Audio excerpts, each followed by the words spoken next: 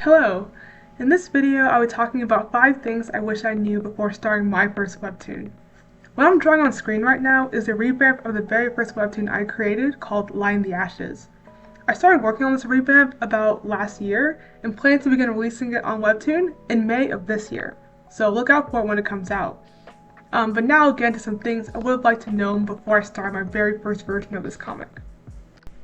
Okay, so the first thing I would say to younger me when making my first webtoon is to plan out your entire story and story elements before you even touch the first episode.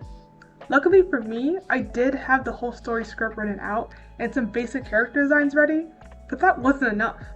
This may sound like a lot, but for someone who has more type A personality like me, this is key for keeping me motivated throughout the process. The main elements I'd suggest planning out ahead of time is your story. Honestly, I'd recommend writing out your entire script for your comic if you can. But if you heard that and immediately want to click off this video, then I at least suggest having an outline of your beginning, middle, and end, or if you're following something like maybe 3-act structure, then to have all your 3 acts planned out and your beats. Then, from there, you should script out your first 3 episodes in full before starting on any art. Also, in addition to scripting out what your characters are going to be saying and doing, you should also plan out any backgrounds you plan to use and change in outfits, if you plan on doing that for your comic, because I'll let you know that's a lot of work, but if you do want to do it, plan that ahead of time. And of course, while you're working on these kind of scripts and outlines, you should also be working on your character designs in tandem. This may sound like a lot, this will be super helpful when you're actually working on those individual episodes. Let me break it down for you. So I'm currently in college, and if you're in like high school or middle school, or have some kind of yearly schedule where you have, seasonal breaks, this will work out wonders for you. During these long breaks, usually summer or winter, while you're relaxing and enjoying not having school, for the time being, that is your time to get in the weeds and plan everything out. You usually have like a lot of extra time, and things like planning and outlining have a larger variance, with how much time it takes. Maybe designing one character could take a day, but then, trying to think of ideas for the plot may take like a week, right? You never know. And so, having this amount of extra time, it gives you a kind of environment where you can just be creative, and creativity comes easily and it flows and all that. And you come up with interesting ideas that you may not think of, when you're busy with school or work and things like that.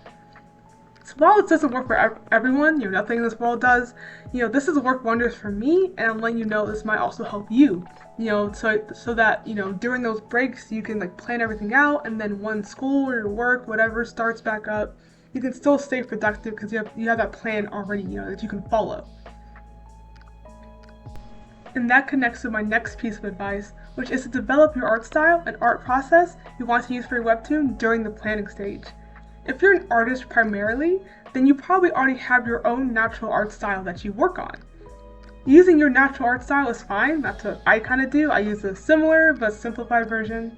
And the benefits of this would be that you don't actually have to practice it, you can just kind of, go with that. It's already how you draw. And so if your art style that you use naturally already kind of fits the vibe and mood you want for your comic, then I would recommend just using that. However, if your art style is very detailed, say you have like a painterly art style, for example, then I'd suggest simplifying some elements so that you don't go insane making episodes.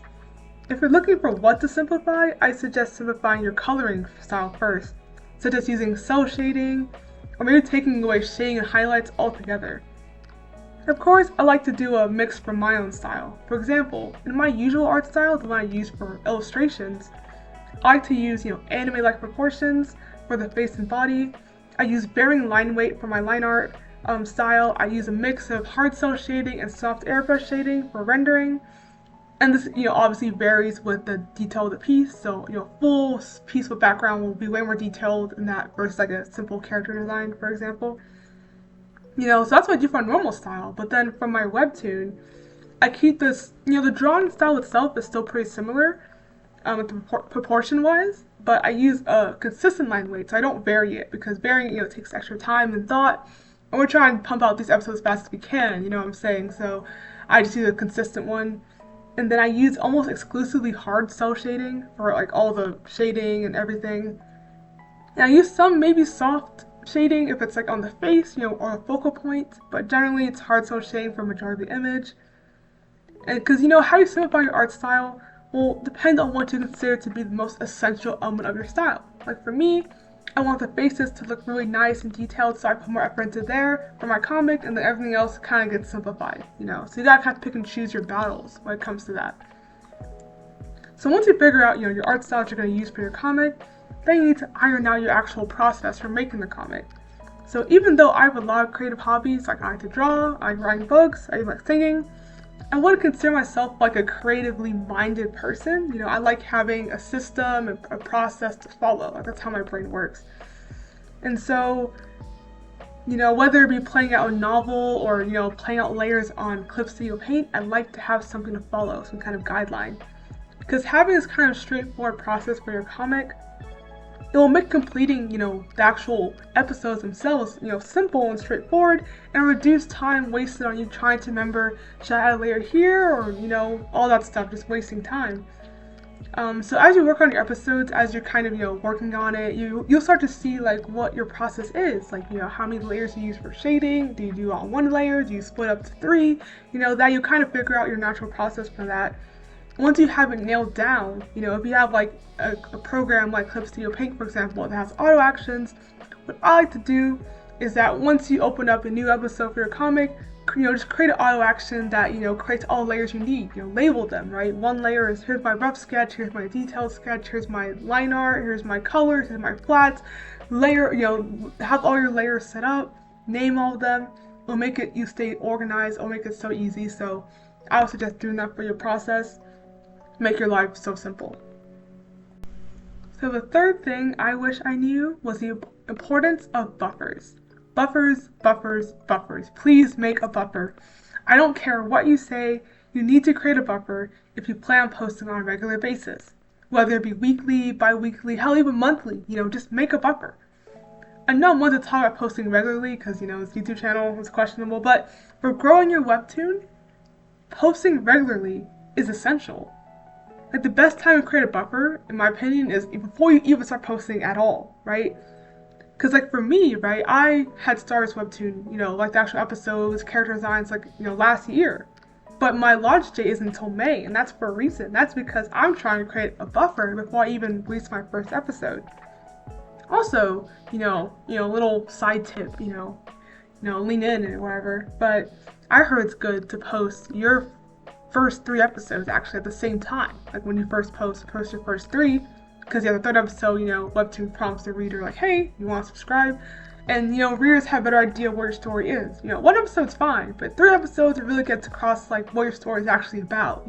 So it's good to actually maybe even start off with like maybe a minimum buffer of like 5 or so that you can post your 3 episodes and still have 2 episodes ready to go, as you're working on it. So little side tip. But yeah, of course, when you actually first start posting, you'll be super motivated. You always be working on your Webtoon all the time. It's all you think about. You're so excited.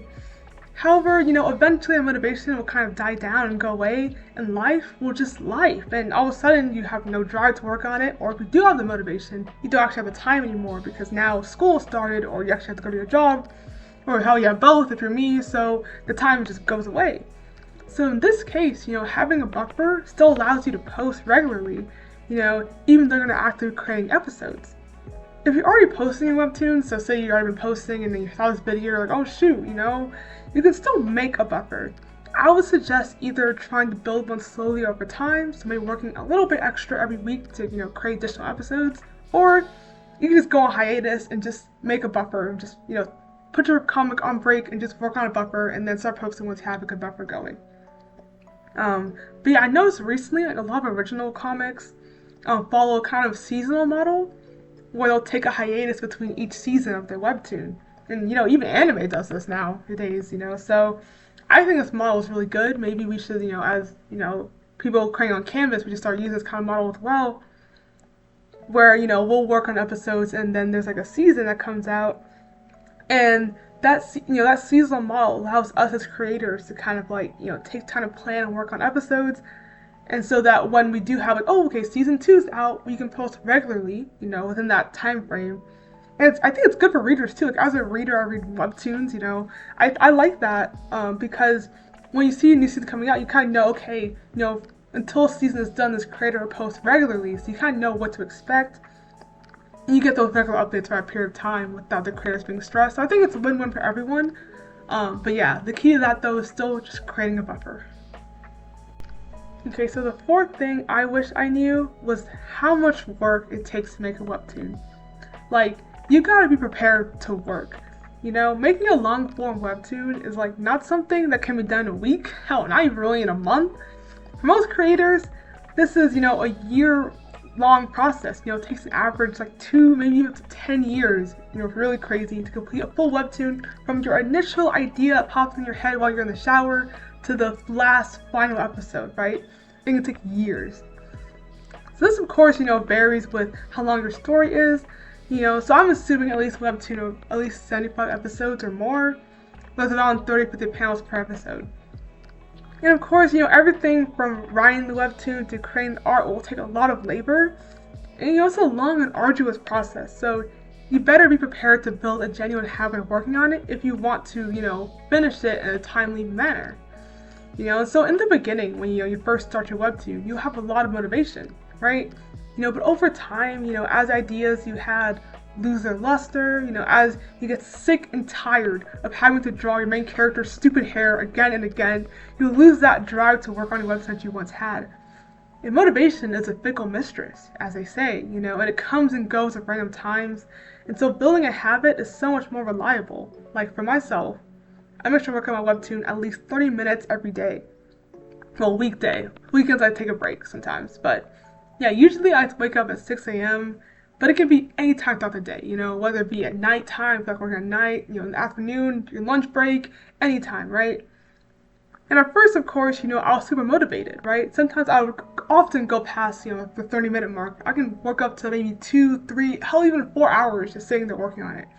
But however, once college started up and all of a sudden I had to balance my college classes with, my part-time job, with exams, projects, clubs, spend time with my friends, self-care, and, doing other things besides staring at Clip Studio Paint, sometimes 30 minutes of webtoon was all I could do that day, and that was okay. That was fine. I think in the long run, it's better to be consistent with your work than to have, random spurts of motivation if you plan on actually finishing long-term projects. Of course, doesn't mean you have to work on it every day. Like I work on it every day, but I'm not saying you have to, because everyone's lives are different, and some people just don't have the time every day, and that's fair. But just be consistent. Like if you're like, okay, every weekend, like every Saturday, Sunday, I'll work on it for 4 hours, be consistent with that. Because if you keep to that, you stick to that kind of schedule, it'll get done eventually, right?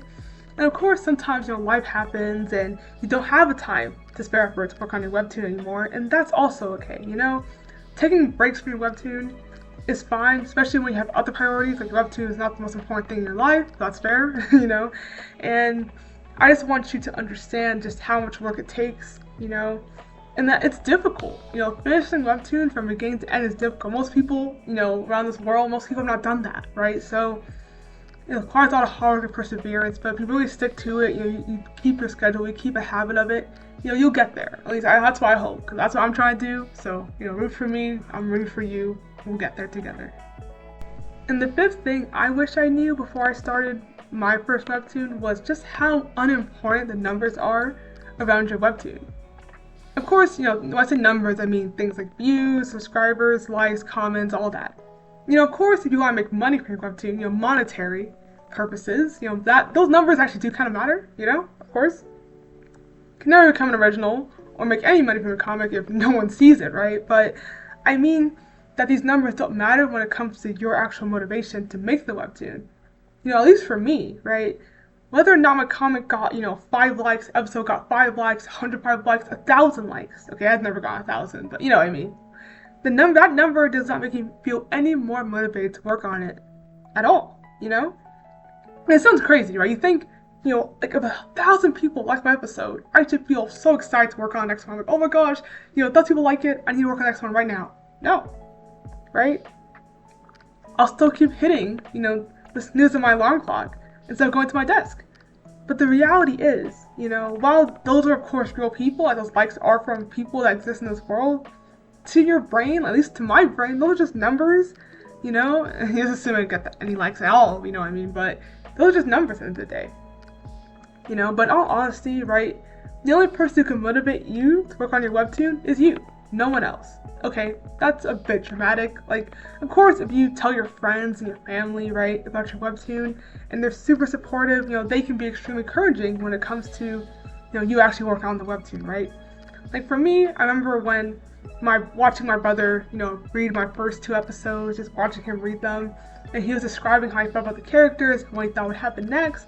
And that made me really excited to work on it. Like seeing his reaction made me feel like, oh, I actually created something, and made me feel really good. Like watching someone just read your webtoon, your story, you put so much hours of love and labor into, it's really an amazing feeling. I won't lie, it's amazing. But however, this excitement is short-lived because it took him less than 5 minutes to read both the episodes. Those episodes I spent over 50 hours writing and drawing, So even with this positive feedback and support, I still need to get myself into that chair, my desk, and actually work on the next episode, which would take another several hours to complete, and I'd be alone for 95% of that time. So for a while, as you're making this webtoon, especially if you're just getting started or if you're your very first one, you're gonna be the only person who really cares about this webtoon. And that's fine. You're gonna be crazy about your characters. Like I'm crazy about my characters. I dream about them. Like they're literally in my dreams, right? So you have to be your own biggest cheerleader. No one is gonna be cheering as hard as you will be. So you have to be, your number one fan. And that's how it's gonna be for a while. So just don't worry about those numbers. Don't think about them. Just focus on your story, your characters, your art. Focus on trying to make something and create something to share with the world. Thanks so much for watching until the end. Please like this video and subscribe for more content. Let me know if there's any other topics you'd like me to talk about relating to Webtoon or comics or art or whatever. Hope you have an amazing rest of the day.